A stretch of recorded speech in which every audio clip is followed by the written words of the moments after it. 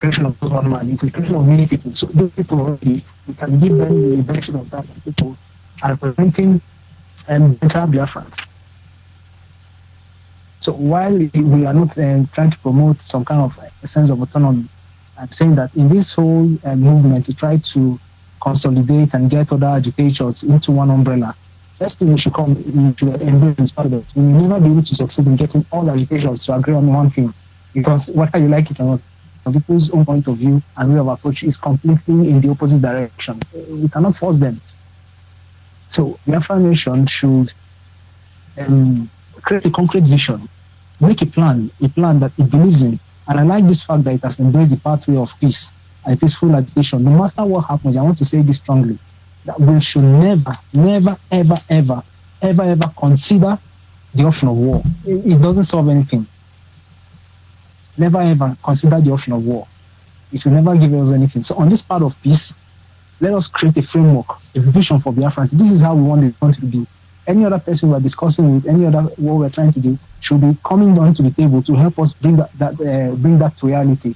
And if there are people who will not agree to our pathway, we should embrace the reality that we may not get these votes. This is a reality we have to we have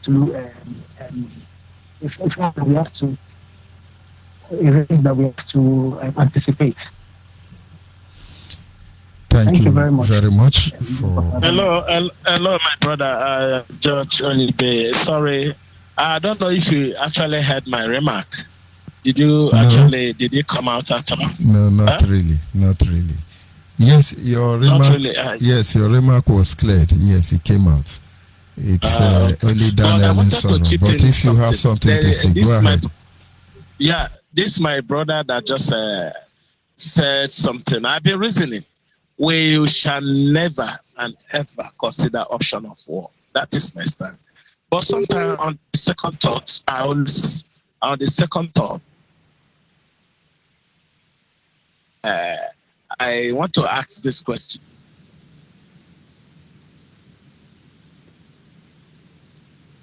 Go ahead, please.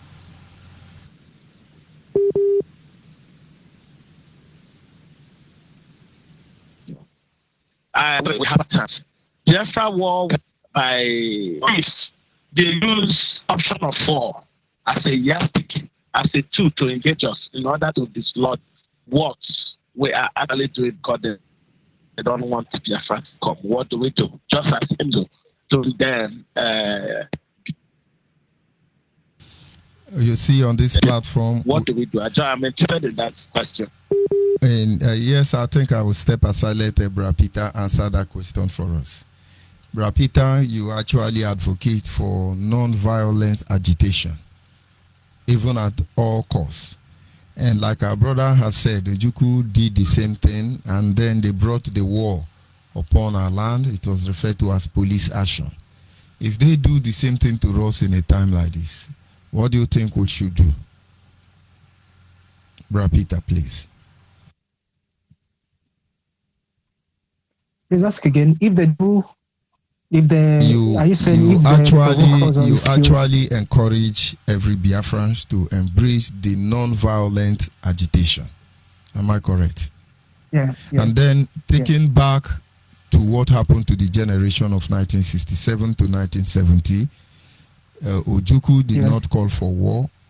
That was why he took those of them supposedly founding father at that time to Aburi in Ghana to discuss the way forward for the Nigerian state.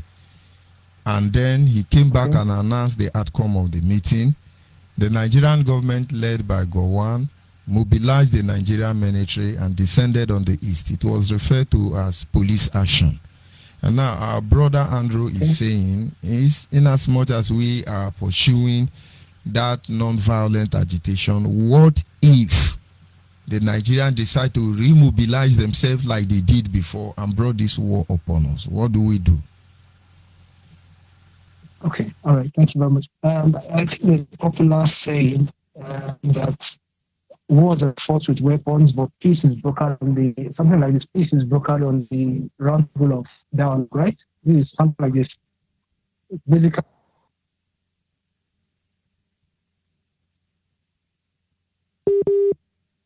as many wounds. In the end, where the solution is made is a round table of peace. And there it is. However violent the war has been, there is no victor, no vanquish, more or less. So I want to say this. Let me try to marry two ideologies that have been presented this evening. What Daniel said and what I presented. I wouldn't think, from the knowledge I have had of the whole events that played out before the Civil War, okay, I wouldn't even think that Ojoko even wanted to fight that war. Now, let us take the fact that proper consultation has been done. Let us also take the fact that what I said earlier. I believe strongly that if we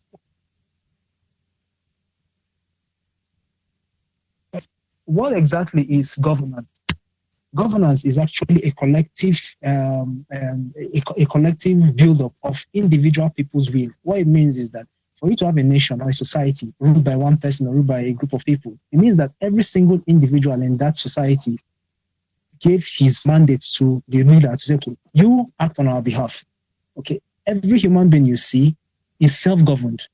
The fact that we are having this program today, that each one of us came from our different schedules to be, we actually programmed ourselves to be on the schedule.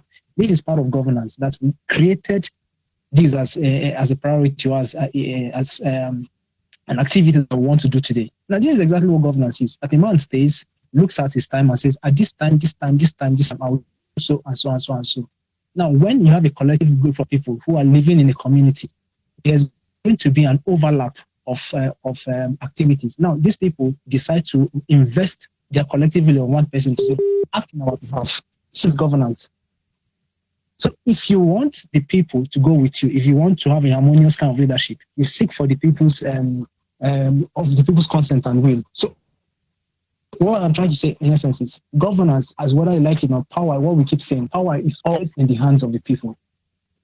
So if we, in this situation where we are looking at a situation where we try every alternative and then they have a police action against us, I believe that we should never resort to war. We can actually make provisions for self-defense, but as much as possible, it's going to be a difficult situation, I tell you. But we should never, we should continue to investigate and keep looking for other alternatives that will not have to be a full-blown out war. There may be skirmishes here and there may be unrest here and there. These I don't think that we can avoid.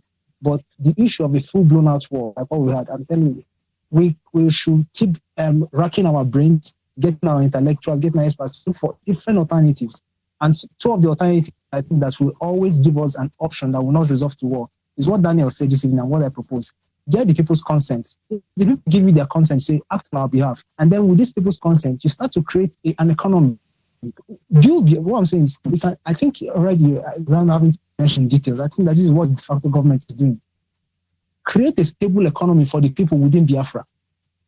When that is possible, when you see when you create a region that we could say within Nigeria is surviving independent of Nigeria, we will make implorations to whatever international organizations, the UN, the EU, every nation that we listen to our voice, to give us a way out of this. I believe strongly that one of the reasons why people resort to war is the fact that they are, I wouldn't say that they ran out of options. I would think that they have not explored all their options. Let's put it this way. It's because they've not resolved it. We have one of the most popular agitations in the world, the Martin Luther's agitation. Regardless of how he was brutalized, we know Martin Luther's story. Martin Luther never resolved to war. Even when Malcolm X was proposing it to him, he didn't ask for it. He refused. Now, what he was fighting for, we'll say he didn't really actualize his lifetime. He was not chill for it. But we could say that to an extent, it's materializing. That the American citizens black people are beginning to have some kind of recognition in America. Mandela also, at some point, Mandela resolved to war. Yes, we knew. He was pushed to that point. He became violent. But Mandela went to prison. And in prison, he learned that the way forward is not this violence. What brought about this supremacy of the black people in South Africa? Was it violence? No, it was elections. Elections that Mandela proposed again to them. So this is how we are going to win this. Not with guns, not with weapons. And that was how they won it. So I think very strongly that getting the people's consent first and then building a strong economy for the people of Biafra, it will defeat any kind of police action they put against us. I don't think war will always be the last option. Regardless of how much we are pushed to war, we can always find a way that is non-violent. This is what I'm saying. Thank you very much. Yeah, my brother, don't be offended. Don't be offended. I asked the question. But it is something I just want to point out. I haven't heard it. The war is not actually the last option. But what do we do? Come again, you are breaking. Please say again. I said, what do we do when they bring it upon us? It's not the last option. War is not the last option. But what we do, just as they brought it upon Ojukwu and then Biafra people, what do we do when they bring it? Just like now, I am not in support, like, as now, all of a sudden, and we are pushing it, and we try to declare referendum or plebiscite to know where we belong. And all of a sudden, instead of them abiding with dialogue, the question is that, Nigerian ways, they bring military might, bring police just to kill us, to destabilize us, just as they did in 1968, 67, 68, yeah, 68. Then the question is that, what do we do? That is just a question.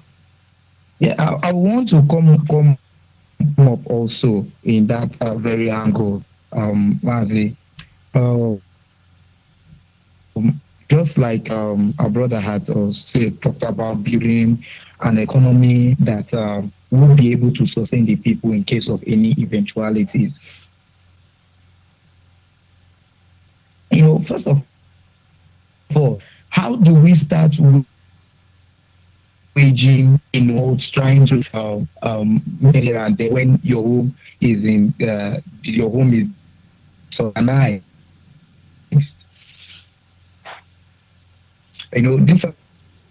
This morning after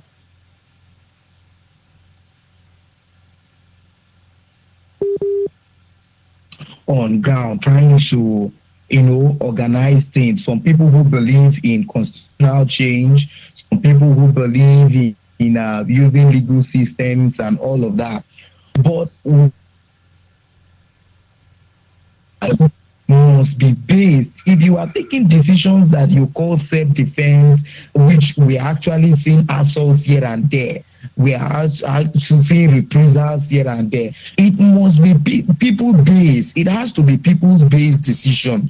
But if the people of Biafra today said they want to all run away from Biafra, or they want us to go and look for River Niger and jump inside, fine. As a leader, we have the director of Biafra Nation, Mazi Uchemefo. All he has to do is to do what the people are asking. So whatever decision we are taking, it should be from the people. If you have your own opinion, sell it to the people. The issues of military reprisals and here and there, the other just using the example of what happened in my state today, it has caused a lot of untold hardship to people. And people have the right to know what they are into.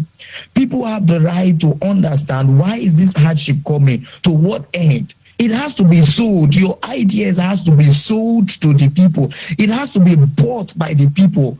Any other thing you do other than that will be seen as a form of dominance, a form of marginalization, and a form of egoism that is bound to fail because we will always resist it as a people.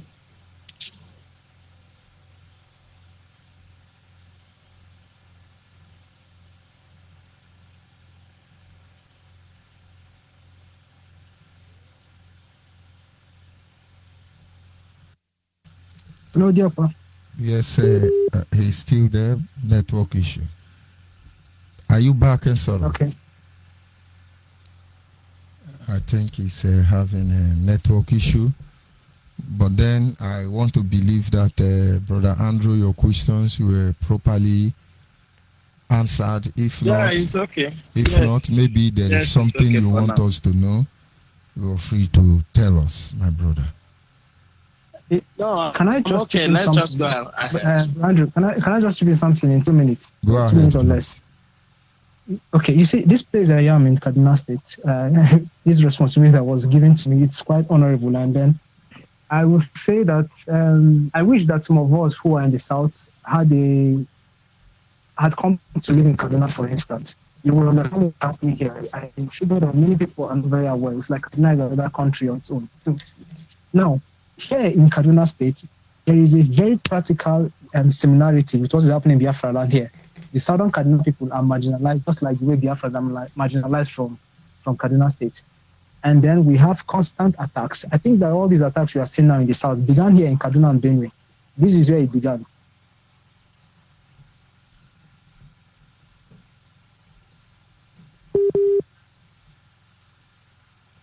To spend the night in my house for the sake of their lives. I'm telling you, not far from me. So I'm talking about what I know. Now, you have the people, local people here done with regards to security. At some point,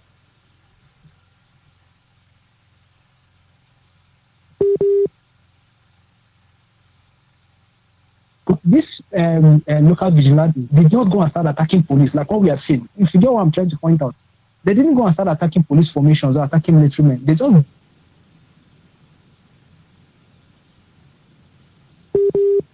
fire their arms. They just to tell the people, okay, you have weapons, we have ours. So it's like almost like a statement, and this is covering the violence. So you see what I'm saying? I said before that we will not rule out the out for is something that we can avoid by all means. We can actually avoid it. So we can create. There's this last saying that a wise king does not go to look out for war, but he must prepare for it. South Korea and America have been on a standoff for years and years, and they might never go to war. Each one knows its own military might. So while we are preparing for a nation, a sovereign nation will definitely have to create arms and weaponry to defend itself. Yes, but we will.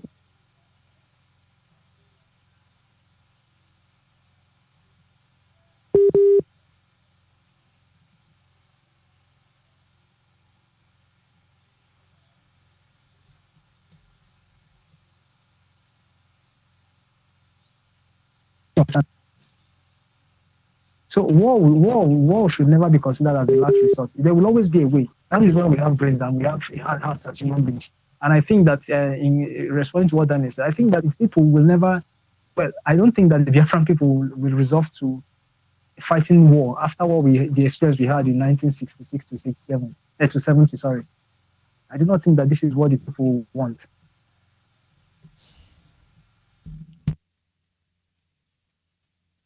Yes, sir. Thank you. Mazi, I have a question. You know, based on what you just said last, how do we know what the people want? How do we know what the people want? You said it very well. We'll make consultations with them. Exactly. We'll consult them. You said it very clearly in your submission. We'll consult the people duly through their leaders, through their different forums. Okay. Present our ideas to them. This is exactly the direction Biafra is going. We have a caller on the line. Let's hear from him. Can you hear me? Caller on WhatsApp. Caller on WhatsApp. Can you hear me? Good evening from here. Go ahead, please. Caller on WhatsApp. Go ahead, please.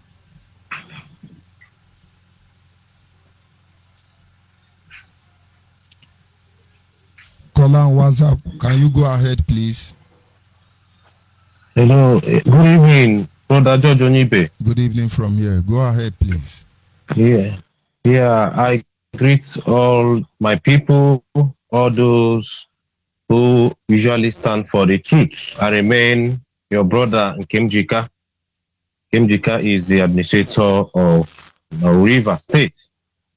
I want to use this opportunity to thank all who are making efforts trying to educate our people,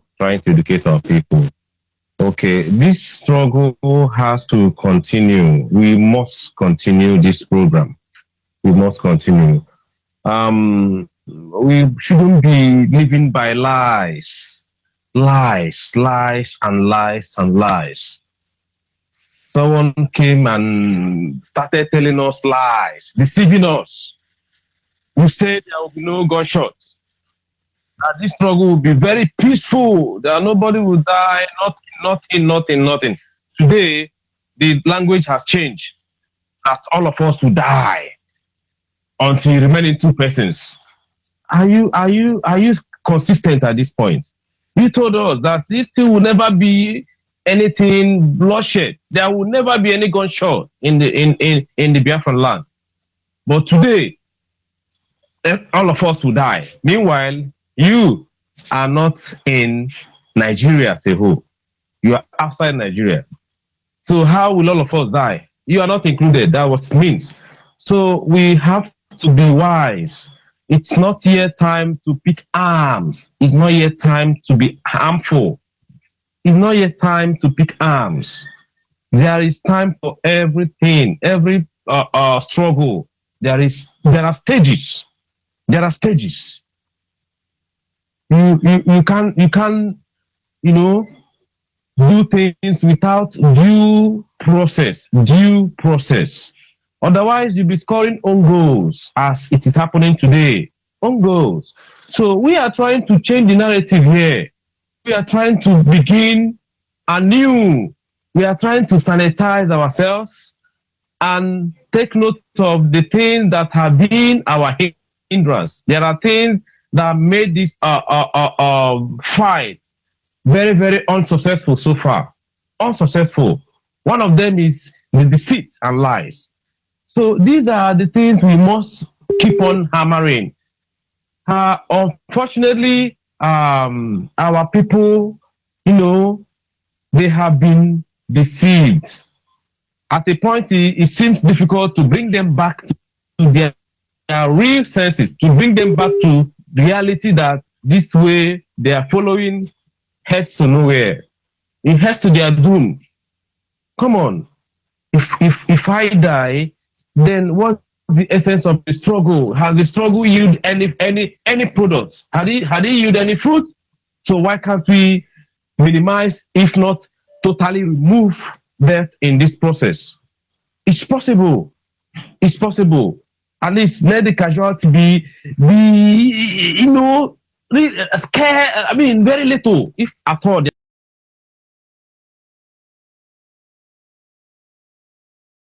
Happy, you are progressing by seeing your people go down. You are happy. You put them in the video. Oh, look at them. They are killing you. They are killing you, and you are proud of it. So far, so good. Has it given you any result? Of course, no.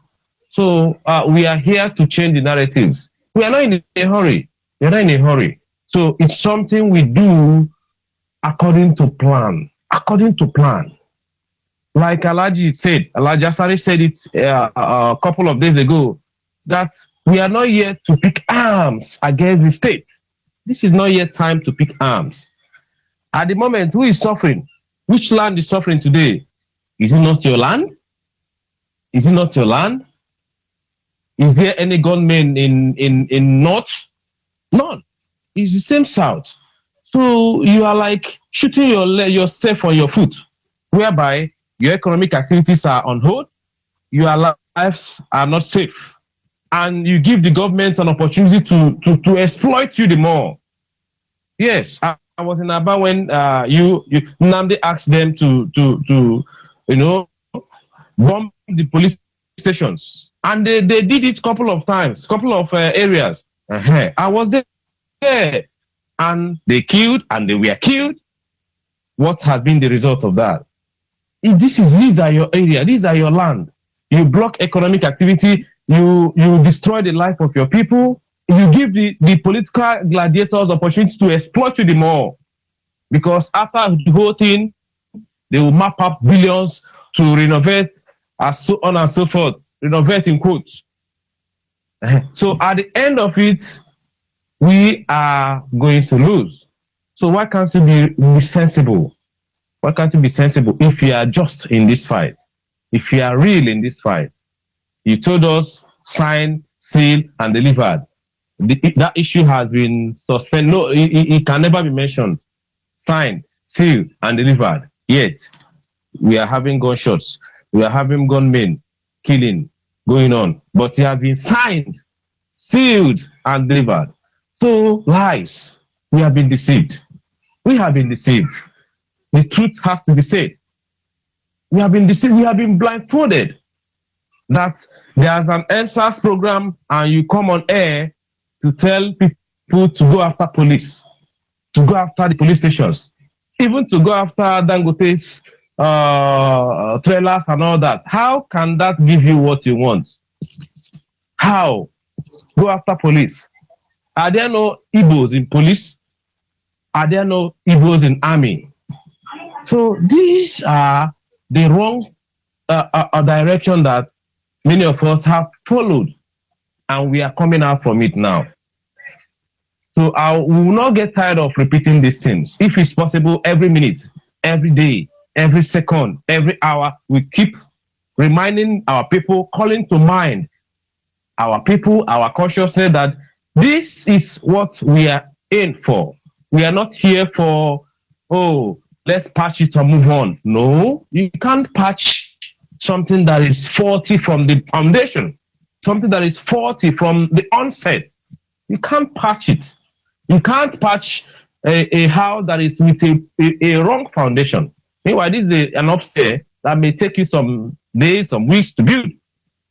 So when you get to that place where you have built, is it when you correct the foundation? It's not possible. So the correction is now.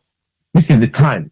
The Bible says this is the time for salvation. This is the time to redeem yourself, to change your mentality, to correct your mindset, so that you know what you are doing. You don't depend on one man who assumes the position of a god, a small letter God, of course. We don't operate a centralized system. I do tell them the Southern society operates a decentralized system. You can't come and want to lord everything over. It doesn't work in Igbo land. So I encourage people. It may not be easy anywhere. It's not going to be easy. That's the truth. Yeah, but we must put earnest efforts to try to change these things. By the grace of God, the victory will be ours. Thank you, my brother, for all you're doing. I thank Onyibe and the rest of the crew. Thank you. God bless you, sir. Contribution, and God bless you. And then I will go back to our administrator to the northern region of Nigeria. Of course, you're the only person around at the moment. So you please give us your closing remark, and so that we can round up the program from here. Go ahead, please. All right. So, Mazi, thank you again for having me. So I'll just say again what I keep emphasizing on, that the Biafra nation should consider this responsibility on its shoulder as not circumstance but providence, because as we keep saying, the freedom of Biafra is no longer negotiable. This is the only goal we see, and this is the vision we have. So on this note, I think that Biafra nation should come up with a very concrete vision, consulting with all these administrators. Let us build a vision for this country. What exactly would we want Biafra to become when it is independent? What kind of nation should it be? I like to think of it that Biafra can become the haven for the development of the black man everywhere in the world. Not just a liberation for Biafras, not just the liberation of Igbos as people misunderstand it to be. But let Biafra grow from just being the liberation of a people within his region to become a pathfinder for the liberation of the black man everywhere in the world. That is to say that black people can upset the balance in the world and actually now become the spearheaders of technology and of development all over the world. Let the black man's dignity be restored and be respected. And I think that Biafra can actually achieve this, to become a platform and a nation that promotes the dignity of the black man, not just here within part of Nigeria, but all over Africa and all over the world. This is the kind of vision I would like for Biafra nation to give for Biafra. And then every other agitation that is being consulted should be consulted along this line of thought. Thank you. Thank you very much, and I truly appreciate all of your contributions on this program this evening. We continue to enlighten our people, and we continue to make our mission clear to them, as many that are privileged to come in closer That having been said, I really appreciate you for your time this evening. We must continue. Goodbye from here. For having me. Thank you very much. Have a good night. Thank you. Yes. Have a blessed night. And you too. And of course, Biafrans across the globe must understand that we are human. We are coordinated. We have not lost our sense of dignity, honor, pride, integrity. We still work very hard to live by the principles our Father has taught us, and we don't have any need of neglecting some of those principles that actually governs humanity, these character traits. This having been said, we keep watching those who think they can bamboozle everybody through one magic or the other, and that is the end of it. No. I can assure you, according to death index record for Nigeria, and of course focusing on the southeast, it shows that from this month of September 2020, that is between September and November 2020, 34 attack was carried out in the southeast. I'm talking about the southeast. In as much as you do not have much of these criminals on rampage in the south, that is not a guarantee that it will not happen. It's going to happen. The death index record that between November and September and November last year, 34 attack was carried out in the southeast. And in that 34 attack, 50 persons died. Most of you were waiting for Biafra to come last year. And up to now, Biafra has not come. How do you feel about that? Those of you that the truth hurt. Elohim told me that Biafra will come this year. If he does not come, you know he didn't send me. And most of you still have the audio. And you still, I don't know. The best way to do that, you really try. And then from January to March, that is from September to December last year, in the southeast, we have 34 attacks with 50 deaths recorded. And then from January this year to the month of March 2021, we now have 54 attacks.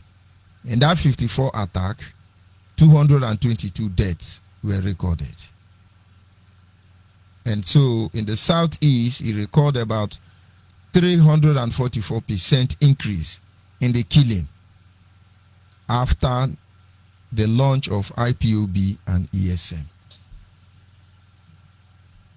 I didn't write it. It's already there on the index record of attack and death recorded in the southeast. Be clapping, jump up and down, it will get to you. And then maybe in the next 3 months, they will be recording about 400 attacks and then 1.7 million deaths recorded. All hail Biafra. And then the next thing you do is you raise fundraising, the protection of ESM, protection of unknown government. Most of you will not be able to understand what we are trying to make you to see. But you will. It doesn't matter. The best thing all of us can do for ourselves is to repent and do the right thing. We have to. We do not have any choice.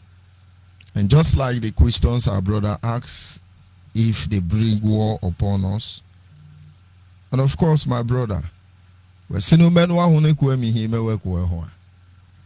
I think the most important thing is that at this moment, our people must be properly guided.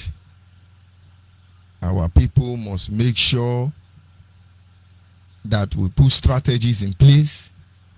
All this in an effort to make sure that we will have what it takes to defend not just the territorial integrity of the Biafra nation, but to make sure that every other institution will stand irrespective of the pressure that may be mounted upon us.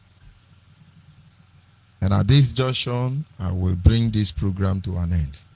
It has not been an easy one, but then I am very glad that I am able to drag it out to this very moment. Tomorrow is another day, and then we'll continue analyzing situation report. Those of you here in Biafra land, stay safe. Don't celebrate mediocrity. Don't celebrate selfishness. Don't celebrate hopelessness. We must celebrate true victory and the principle of humility and humanity. I sign off from here, and God be with you.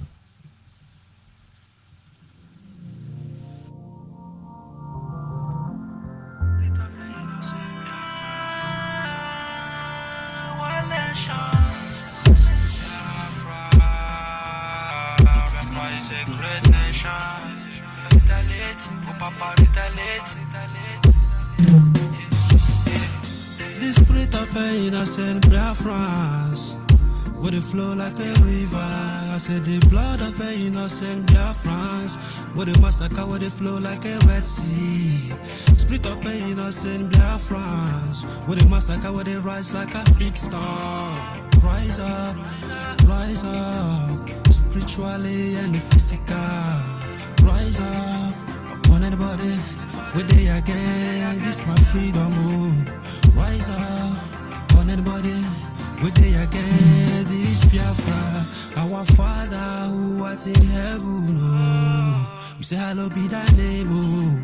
We dey wait for your kingdom to come, oh. Right here on earth that is in heaven, oh. We say promise, you promise your children. Promise, you promise your people, oh. We say promise, you promise the Biafra.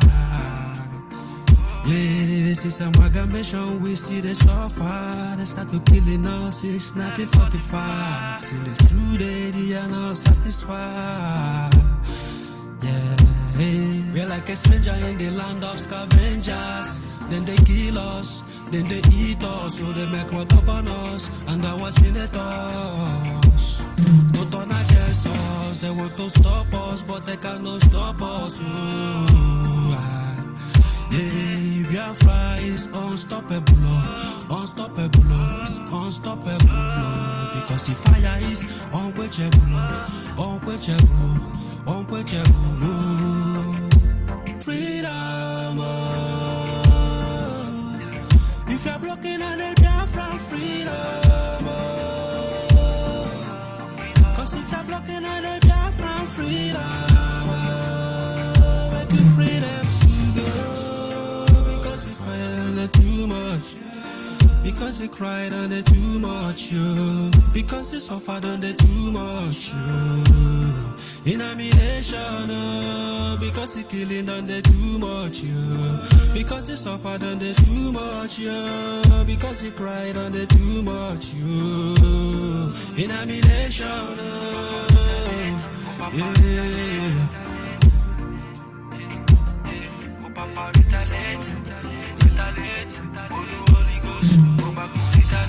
My brother, rise up, yeah, let's march into the promised land, our paradise.